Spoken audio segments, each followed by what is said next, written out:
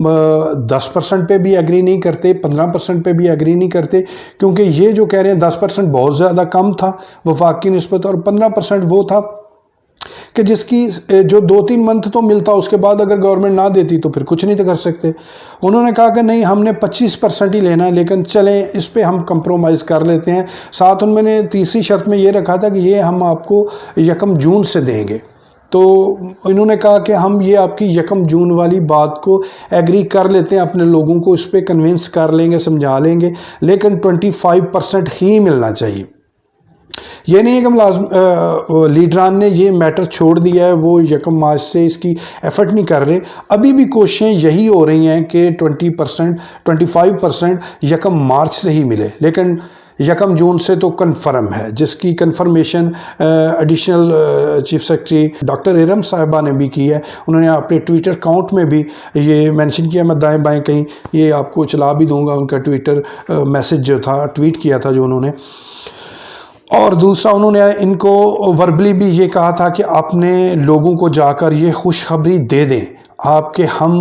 کابینہ سے یہ اپروو کروانے جا رہے ہیں، ایگری کر لیا ہے سی ایم صاحب نے بھی، اور کابینہ بھی اس پر اب ایگری ہے، ہم آپ کو 1 جولائی سے 25% دے رہے ہیں۔ یہ مصدقہ خبر ہے، یہ کوئی ایسی نہیں کہ جو ان اتھینٹک خبر ہے، کیونکہ یہ ان سورسز سے ہے کہ جو خود اس کے کرتا دھرتا ہے۔ ارم بخاری صاحب کا یہ ٹویٹ کرنا کسی شک و شبے کے بغیر یہ منوان سمجھا جا سکتا ہے کہ ایسا ہونے جا رہا ہے۔ اور اس کے ساتھ ساتھ جو لوگ اپنے لیڈران پہ بہت زیادہ برس رہے تھے، لیڈران کو برا بھلا کہہ رہے تھے، ان کے لیے میں آپ کو ایک بات بتاؤں۔ آپ لوگ اپنے بستروں پر بیٹھے ہیں، گھروں میں بیٹھے ہیں، آپ اپنی لائف کو انجوائے کر رہے ہیں، لیکن لیڈران سولی پر لٹکے ہوتے ہیں ہر وقت۔ لیڈران کال دیتے ہیں جلوس کی، لیڈران کال دیتے ہیں دھرنے کی، پروٹیسٹ کی،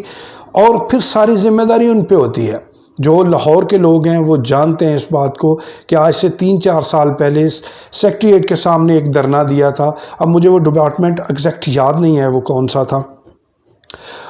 اس پروٹیسٹ کے درمیان حبس اور گرمی کی وجہ سے ایک پولیس والے کی وہاں ڈیتھ ہو گئی تھی ہارٹ اٹیک ہونے سے۔ تو وہ لیڈران جو تھے ان کے خلاف 302 کی FIR کٹ گئی تھی اس پولیس والے کی ڈیتھ کی صورت میں۔ انہوں نے کہا تھا یہ مرڈر ہے، ان لوگوں نے کیا ہے جنہوں نے یہ پروٹیسٹ کی کال دی تھی،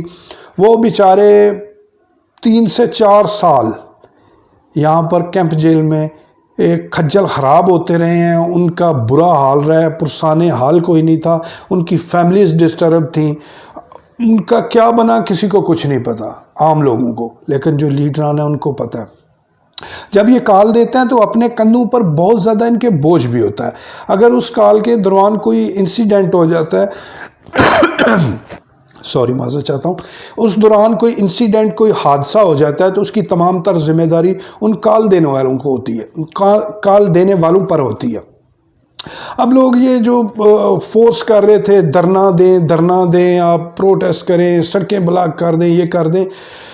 کیا تو جا سکتا تھا، لیکن اگر آپ لوگ حکومتی نمائندوں کی بات نہ مانتے، جیسے راجہ بشارت صاحب تھے، ارم بخاری صاحبہ تھی بیوروکریسی میں سے، اگر ان لوگوں کی بات نہ مانتے تو یہ لوگ بھی آپ کی وکالت چھوڑ دیتے، شاید مل جاتا اس صورت میں، لیکن وہ پھر بڑی ہی بری حالت میں ملتا، اور یہ لوگ پھر آئندہ آپ پر اعتبار نہ کرتے۔ اعتماد کو بحال رکھنے کے لیے، اعتبار کو برقرار رکھنے کے لیے یہ ضروری ہوتا ہے کہ سامنے والے کی بھی کسی بات کو مانا جائے۔ لیڈران نے مناسب سمجھا، اور جس وقت یہ لوگ دھرنے کے لیے فورس کر رہے تھے، اس وقت میں پہلی بھی ویڈیو میں بتا چکا ہوں کہ اس وقت منتھ کا لاسٹ تھا، اور ملازمین کی جیبوں میں کتنے پیسے ہوتے ہیں آپ خود اسیس کر سکتے ہیں، آپ بھی اگر ملازم ہیں تو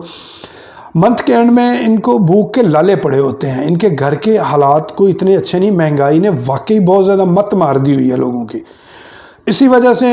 لیڈران نے سمجھا کہ ابھی یہ پروٹیسٹ نہیں ہم جاری رکھ سکتے، 1-8 دن کے لیے بیٹھ جائیں گے، پھر لوگ اٹھ کے چلے جائیں گے، پھر وہ جو ایک